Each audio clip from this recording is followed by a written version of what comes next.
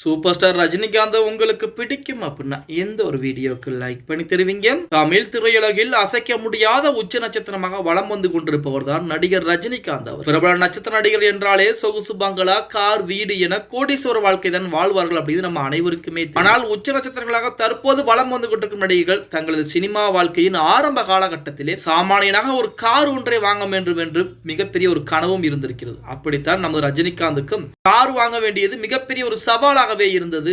அப்படி தமிழ்நாட்டின் சூப்பர் ஸ்டாராக வலம் வந்து கொண்டிருக்கும் ரஜினிகாந்த் முதலில் வாங்கிய கார் எது அப்படின்னு பார்த்தோம்னா அந்த காருக்கு பின்னால் பல போராட்டங்களும் இருந்திருக்கு. 1975ஆம் ஆண்டு கே பாலச்சந்திர இயக்கத்தில் அபூர்வ ராகங்கள் படத்தில் அறிமுகமாயிருக்கிறார் ரஜினிகாந்த் அவர்கள். அதைத் தொடர்ந்து அவருக்கு சில பட வாய்ப்புகளும் கிடைத்திருக்கு. அப்படி 16 வயது நிலை படத்திற்கு பிறகு ரஜினி ஒரு படத்தில் நடிக்க ஒப்பந்தமாயிருக்கிறார். அந்த படத்திற்கு சம்பளம் எவ்வளவு என்று ரஜினி கேட்க ஒரு குறிப்பிட்ட தொகை ஒன்றை கூறியிருக்கிறார்கள். அதற்கு எவ்வளவு அட்வான்ஸ் என்று ரஜினி கேட்க அட்வான்ஸ் தருகிறோம் சார், நீங்கள் வாங்க என்று ரஜினி ஒரு காரிலே அழைச்சி செஞ்சிருக்கு. ஏவிஎம் ஸ்டுடியோவில் மேக்கப் போடுவதற்கு முன்பு 2-3 முறை அந்த அட்வான்ஸ் தொகையை ரஜினிகாந்த் கேட்டிருக்கிறார். ப்ரொடியூசர்கள் வந்தவுடன் அட்வான்ஸ் தருகிறோம் என்று கூறியிருக்கிறாங்க. பிறகு அதை பற்றி அவர் கண்டுகொள்ளல அப்படின்னு கூட சொல்ல. மீண்டும் மேக்கப் போடுவது தொடங்குவதற்கு முன்பு மேக்கப்பை நிறுத்த சொன்ன ரஜினி, எனக்கு அட்வான்ஸ் கொடுங்க சார், அதுக்கப்புறம் மேக்கப் போடலாம் என்று சொல்லி இருக்கிறார். உடனே அந்த ப்ரொடியூசர் கோபமாக வந்து, ஏன்னா நீ 10 படம் நடிச்சு ஹிட்டா கொடுத்திருக்க, நீ அவனா அட்வான்ஸ் கேட்கிற அளவுக்கு நீ பெரிய ஆள் ஆயிட்டியா அப்படின்னு சொல்லி ரஜினிகாந்தை திட்டி வெளியே போயா அப்படின்னு சொல்லி அனுப்பி அழைத்து வரும்போது ராஜா மரியாதையுடன் காரிலே அழைத்து வந்தவர் தான் ரஜினிகாந்த்.